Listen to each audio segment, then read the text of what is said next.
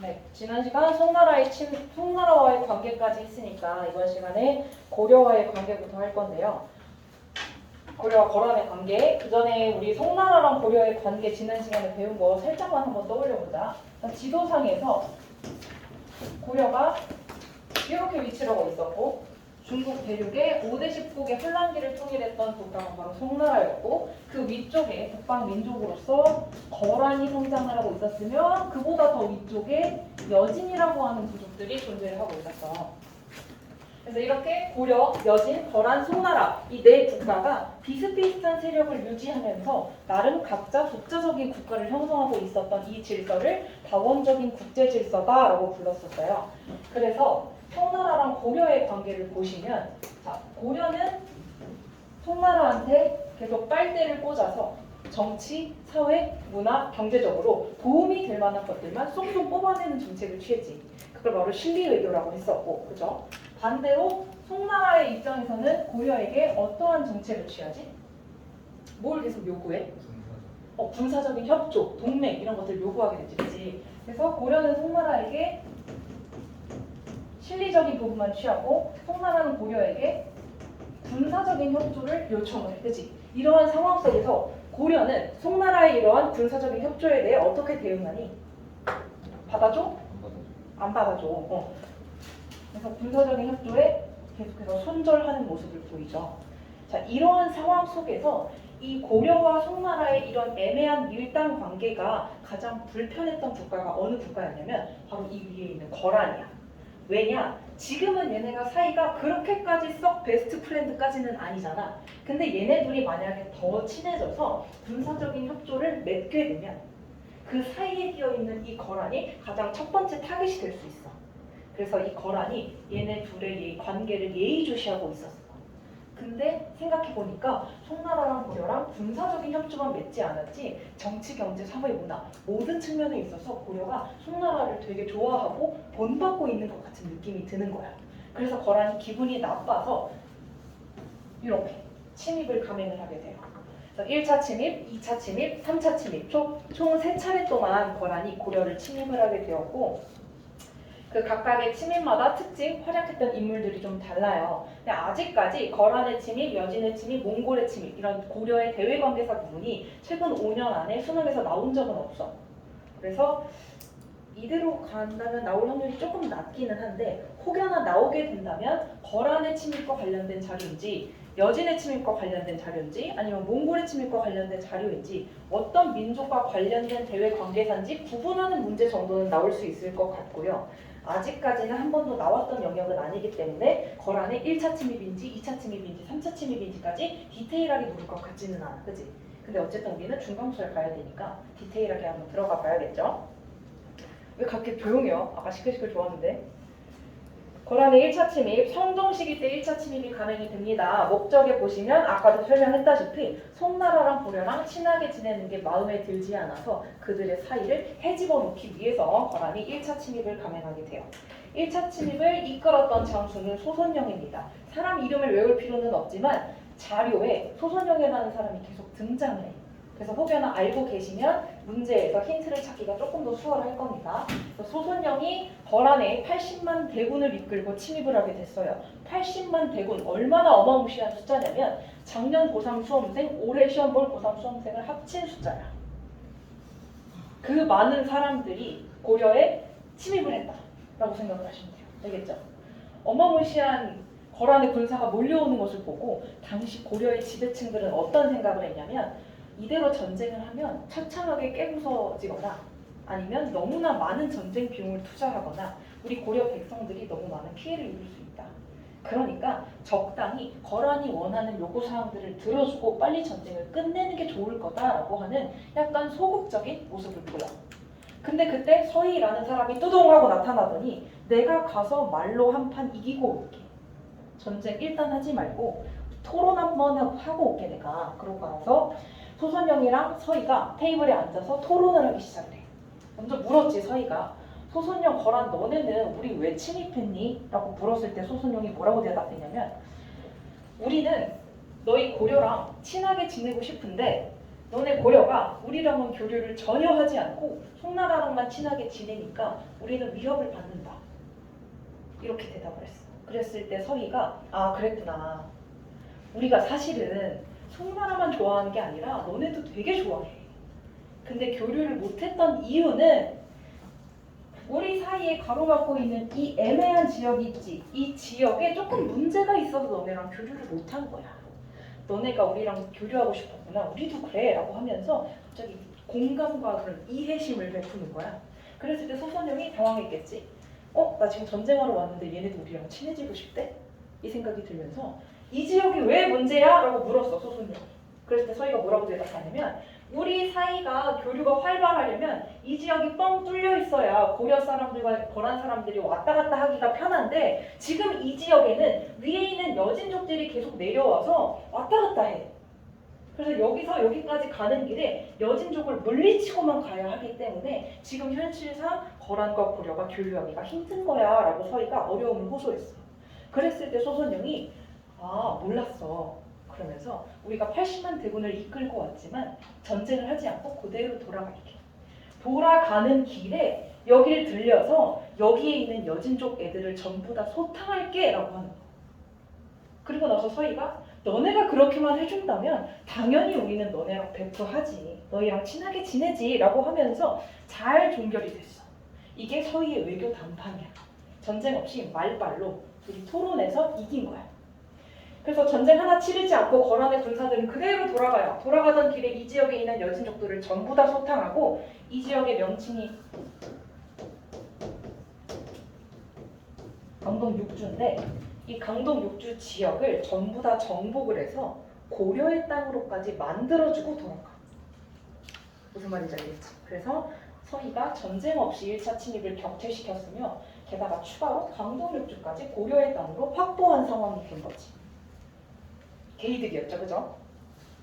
그 다음 2차 침입을 볼게요. 그렇게 해서 잘 지내면 됐을 텐데 거란이 왜 다시 침입을 했을까? 그 상황을 보시면 여전히 거란과 고려의 관계가 이제 좀 좋아지긴 했어. 그러나 거란이 봤을 때 여전히 거란과 고려의 관계보다는 고려랑 송나라의 관계가 좀 더 친밀해 보이는 거야. 이게 시기 질투였을지 뭔지 모르겠지만 고려의 첫 번째 친구가 거란이 아닌 송나라인 사실이 아직도 마음에 들지 않아서 침략을 했던 것이고 또 하나 얘네가 돌아갈 때 강동 육주를 정복해서 고려의 땅으로 만들어주고 갔어. 그치? 근데 집에 가서 생각해보니까 아니 우리가 정복했으면 우리 땅으로 만들 것이지 우리가 왜 이걸 고려한테 주고 왔지? 라고 하면서 이불킥을 한 거야. 그래서 이 지역을 다시 거란의 영토로 만들어야겠다 라고 하면서 고려와 송의 외교관계를 차단하고 강동 육주의 전략적 가치를 재평가해서 그 지역을 다시 한번 차지하고자 거란이 2차 침입을 감행하게 됩니다. 이때는 거란군이 40만 대군이 이제 이끌고 고려를 침공을 했는데요. 실제로 전쟁이 여러 차례 발생을 했고 고려가 큰 위기를 맞이해. 계속해서 패배를 하거든. 그래서 계속해서 밀리다가 결국 왕이 나주까지 피난을 가거든. 나주가 이만큼 요 아래에 있는 지역이야. 이 아래까지 왕이 피난을 갈 만큼 고려가 큰 위기에 처했어.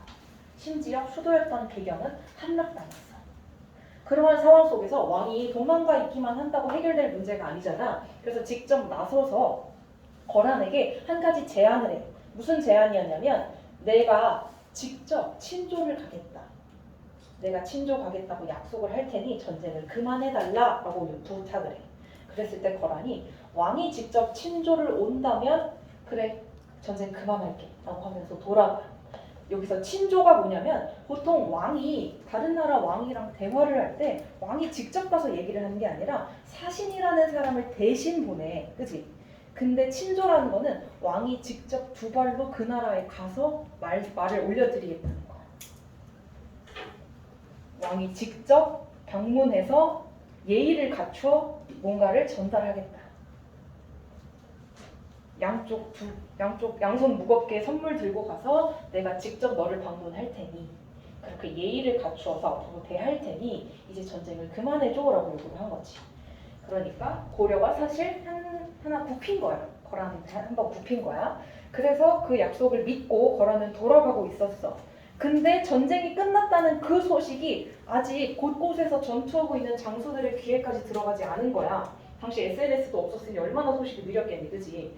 그래서 양규라는 사람이 몰래 숨어서 전쟁 상황을 지켜보고 급습을 할 타이밍만 노리고 있었는데 웬걸 몇십 명, 몇백 명 되는 거란의 군사가 갑자기 물러가는 거야.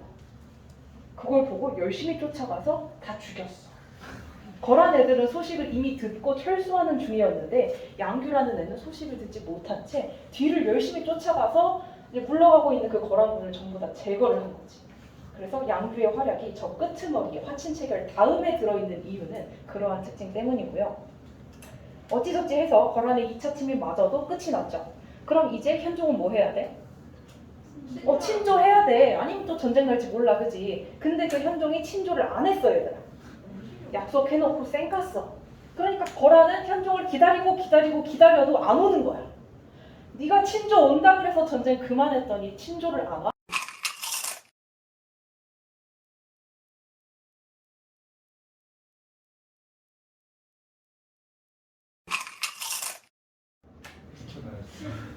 어디서부터 하면 될까? 3차 침입부터 하면 될까? 그냥 아예 무난하게 양념부터 해야 돼. 양교부터? 정말 좋은 생각이 들었습니다. 알겠습니다. 잠깐 영상이 끊겨서 다시 할게요.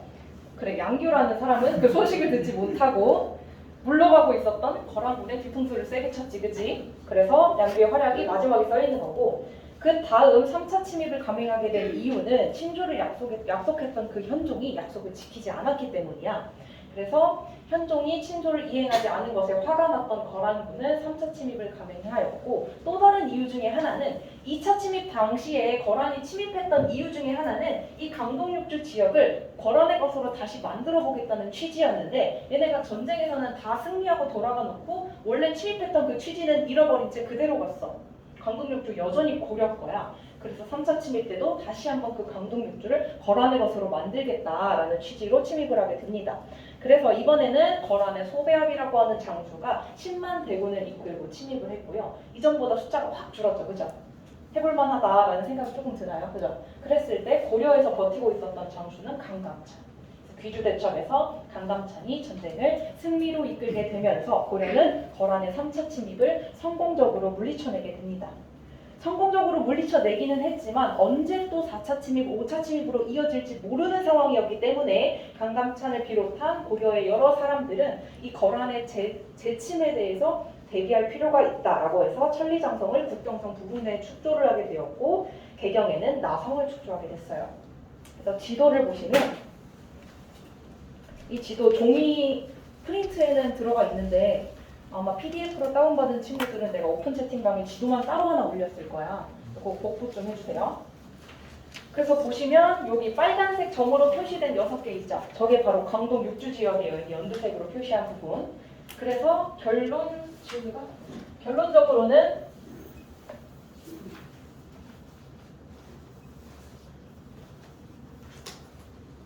이 아래쪽에 있었던 고려의 국경선이 강동육주를 확보하면서 이렇게까지 늘어나게 됐고, 그 지역을 기준으로 천리장성을 축조하게 되면서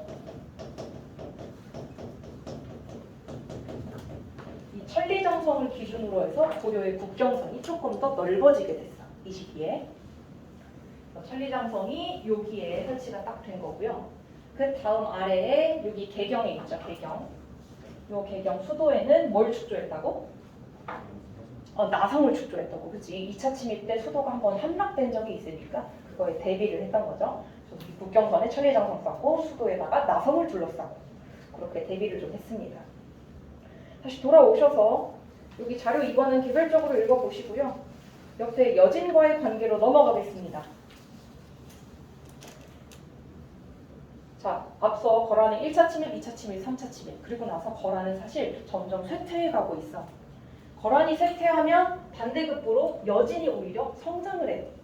그래서 이 여진의 성장과 관련해서 시간이 지나면 지날수록 이쪽 국경 부근 있지. 이 지역에 여진족 애들이 드나들면서 크고 작은 전투가 자꾸 발생하는 거야. 분명히 이 지역은 고려 사람들이 살고 있는 땅인데 위에 있는 여진족의 세력이 세지면서 자꾸 남하에서 이쪽을 공략을 하니까 여기서 자꾸 크고 작은 전투가 발생을 했는데 그 전투마다 고려가 계속 패배를 했어. 여진족을 상대로 고려가 자꾸 패배하는 이유가 뭘까 고민해 봤는데 윤관이 해결책을 제시했어. 우리 고려가 군사력이 부족해서 여진한테 지는 게 아니다. 전략의 차이가 크다. 왜 때문이냐? 자료 밑에 자료 3번 첫 번째 문단을 보시면요. 지금까지의 전쟁에서 우리 고려가 여진한테 계속 패배했던 원인은 적들, 즉 그 여진족들이 전부 다 말을 타고 있기 때문이다 라고 지적을 하지. 여진족은 고려랑 달리 북방의 유목민족들이었어. 유목민족의 특징을 알지 모를지 모르겠지만 이들은 전 국민이 말 타기 선수야. 그러니까 싸울 때도 전부 다 말 타고 가서 싸워. 근데 고려 사람들은 말 타고 싸우는 게 아니라 발로 뛰면서 무게 들고 싸운단 말이야. 그러니까 말 타고 싸우는 사람들이랑 발로 뛰면서 싸우는 사람들이랑 싸웠을 때 당연히 말 타고 싸우는 사람들이 훨씬 더 셌겠지.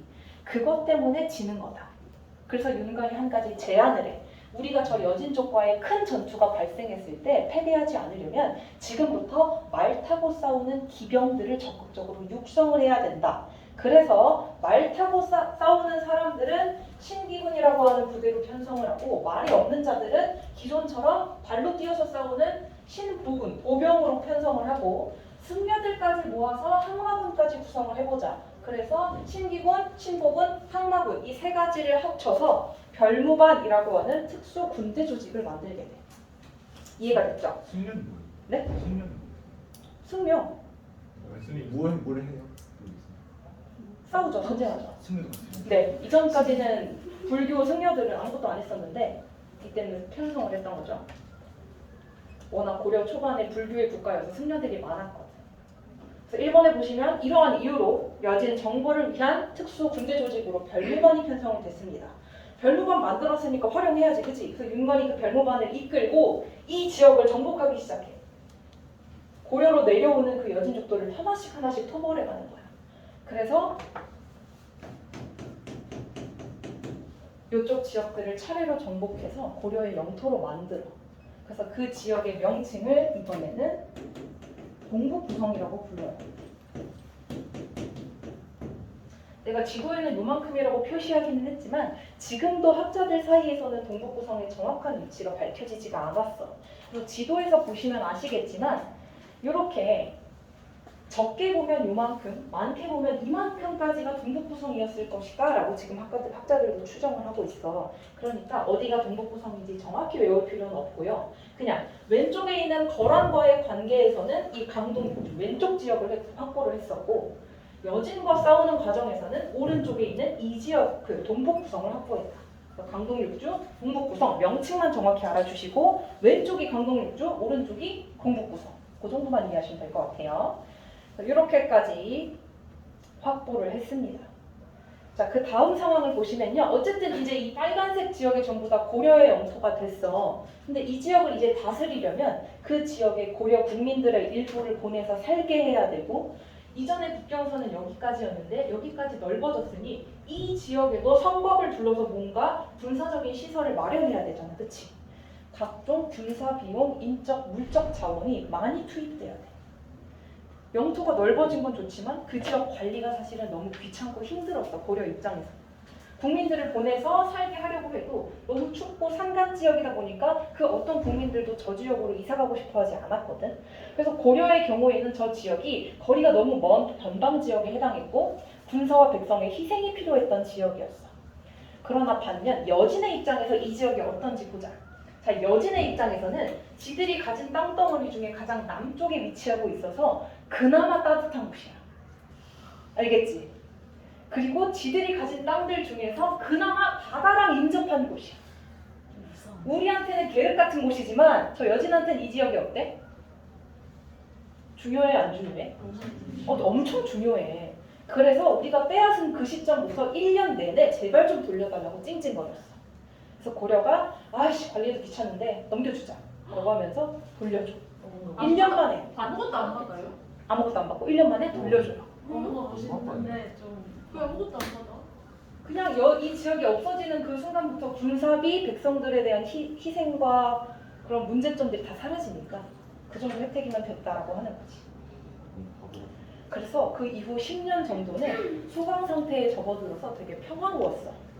근데 문제는 이 금나라가 이 여진이 원래는 부족단이었는데 힘이 더 커져서 지들끼리 금나라라고 하는 국가를 건국을 했어. 나라를 건국했다는 자신감에 뿜뿜해가지고 얘네가 고려한테 무슨 무리한 요구를 하게 되냐면 우리 형제관계 맺자라는 요구를 해. 이때 형이 당연히 누구겠어? 금나라겠지, 그치? 금나라가 형이고 고려가 동생인 형제관계를 맺자라고 요구를 해. 당연히 고려는 뭔 개소리야 라고 거절을 하지. 그래서 또 한동안은 잠잠했어. 근데 무슨 일이 벌어지냐? 이쪽에 버팅기고 있었던 이 거란이 멸망을 했어. 그러고 나니까 금나라가 이렇게까지 영역을 확장해. 안 그래도 자신감 넘치는 애들이 세력까지 확장을 하고 난 뒤에는 고려한테 한 번 더 무리한 요구를 하게 되는데 이번에는 형제관계를 넘어서서 군신관계를 맺자라고 요구를 해. 이때 당시에도 대부분의 지배층들은 그거 맺으면 절대 안 되지라고 생각을 했어. 근데 유독 이자겸이나 척준경 같은 극히 일부, 극소수 세력만 군신관계 그냥 수용하자라는 주장을 해. 그랬을 때 이자겸과 같은 극소수의 인물들의 의견이 관철돼서 결국 금나라랑 고려는 군신관계를 맺게 돼요. 맨 밑에 서류를 보시면 군신관계 맺기 직전의 상황인데요. 인종 4년 대부분의 신하들은 사대할 수 없다, 군신관계 맺을 수 없다라고 주장을 했어. 그러나 유독 이자겸과 척준경 같은 인물들은 먼저 사신을 보내서 예의를 갖추는 게 맞다. 그러니까 우리가 앞장서서 빨리 군신관계를 맺어야 한다라고 주장을 한 거지. 극소수였는데 도대체 이자겸이라는 이 사람은 도대체 누구길래 이 사람의 말 한마디가 국가를 전체를 좌지우지할까 애매하죠, 그죠? 그거 조금 이따 배워보도록 하고요. 일단은 넘어가서 문제를 좀 풀어봅시다. 역사 래퍼